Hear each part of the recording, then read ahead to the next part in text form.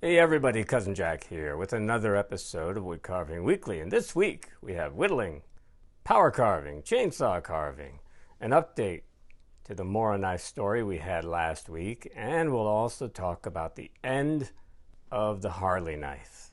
All this and more coming at you here in just a minute.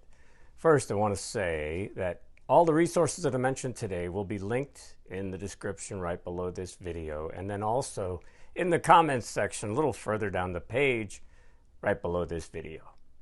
Let's get started. Well, I've noticed a lot of internet chatter lately about the Harley knife. People trying to get their hands on a Harley knife. Carvers, knife collectors, you name it. And this is a Harley knife. This is the stubby Harley, also known as the short Harley knife, because the blade's 1.5 inches. The regular Harley knife is 2 inches. And they're made specifically for flat plane carving. The man who made these knives, Del Stubbs from Pinewood Forge, worked very closely with Harley Refsal on the design of these knives. Now, you probably already know that Harley is a world-renowned flat plane carver. Well, with all the chatter happening, it made me curious. I wanted to find out what was going on. So I went to the Pinewood Forge website, and I learned that Del Stubbs, the man who makes the knives, is retired. He said at the age of 72, he's beginning to deal with some arthritis pain in his hands. And that's basically time for him to move on, do some fishing, and work on spinning wheels instead. Now, Del has shut down the opportunity for people to get on a wait list for a Harley knife. That's more or less how you got a hold of one in the past several years. He did indicate that he will probably continue making some coal roasting knives because making those is a little easier on his hands. So one of the interesting aspects of the Harley knife is that the blade has a canted angle upward. In other words, if you hold the knife handle flat or horizontal, you'll notice that the blade angles upward. It's not an upsweep knife. It's got a straight edge, but it's angled. Well, I did some research. I tried to find out why that is. I couldn't find out. And so I went straight to Del and I asked him. I said, Del, I wanted to know a little bit more about why your Harley knives, including the stubby Harley, have this canted upward angle. And I asked if that was something that Harley had recommended. Here's what Del told me. He said it took him back 25 years to when he and Harley first designed these knives. And the reason behind that upward angle is to give it a bit of slice, he said. So it would be a little bit better at slicing than maybe just having a flat edge, not angled in that way. And then he also said that the angle was intended so that the very tip of the blade would be aligned with the center axis, the rotational axis of the knife. And I thought to myself, well, what in the world does that mean? Well, I took a little time of thought about it, and I said, yeah, right. So if you were to draw a line through the center of the handle, the tip of that knife aligns with the rotational axis, the center, when you're rotating that knife. And Del said the theory behind that was that if you were making a tight turn with the tip of your blade, having the tip of the blade aligned with the rotational axis makes a difference. So there you go. A little history, some background on the Harley knife. And if you have a Harley or a stubby Harley, you probably want to hang on to it. I recently stumbled across the Ontario Woodcarvers Association website, and I saw some pretty interesting information there. They have an online publication called Ontario Woodcarver, and on page 13 of the winter edition, there's an article there about using AI to make woodcarving patterns. The article was written by one of their club members, Murray Lincoln. And in the article, he talks about his experience over the years sharing patterns with others. He mentioned getting some inspiration every once in a while from looking at images on Pinterest, And he talks about his recent experiments using AI to generate woodcarving patterns, or images that he uses for woodcarving patterns. So he mentions that there's some free software available, and he talks about some of his successes and shows some pictures, images that he has generated using AI. So there's one that he calls Old Dog. It looks like a sort of an old bloodhound. There's several images of that. There's one of an old saddle horse with the tongue hanging out.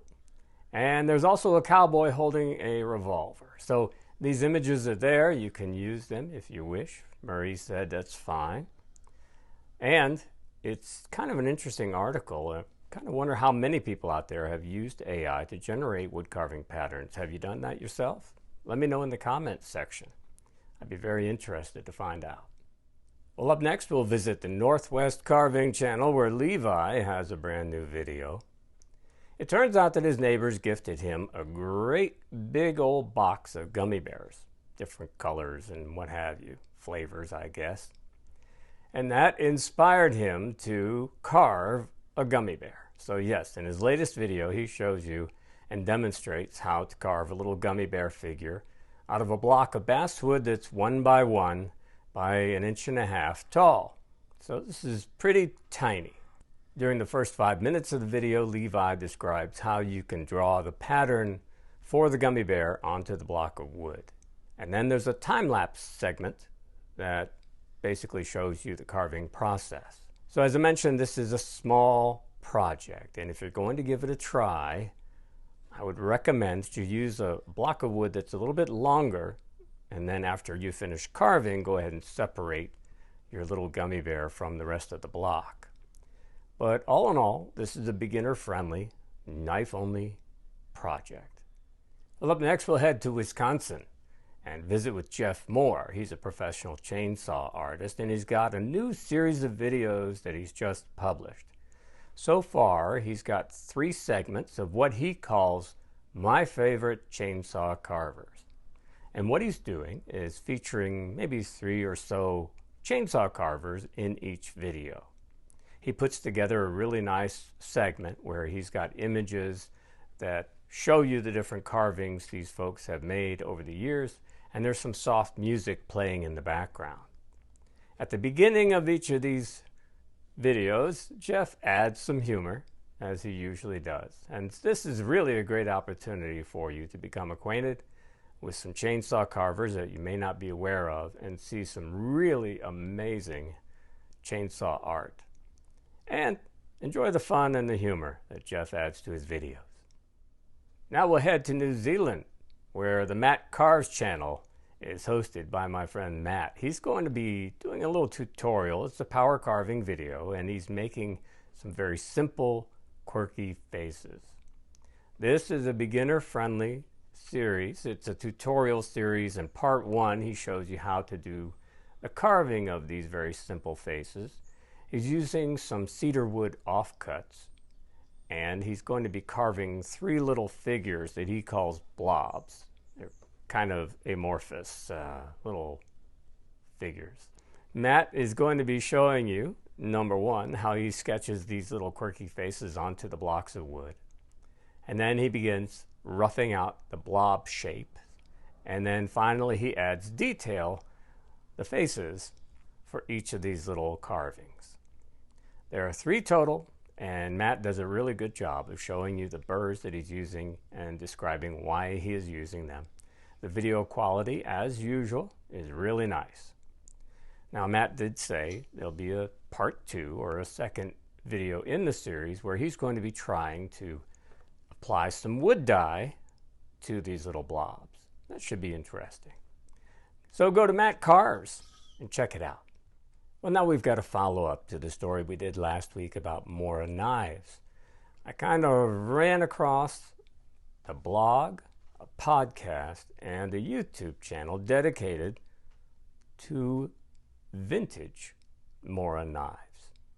Now, the man behind all of this effort is Joe Grillo.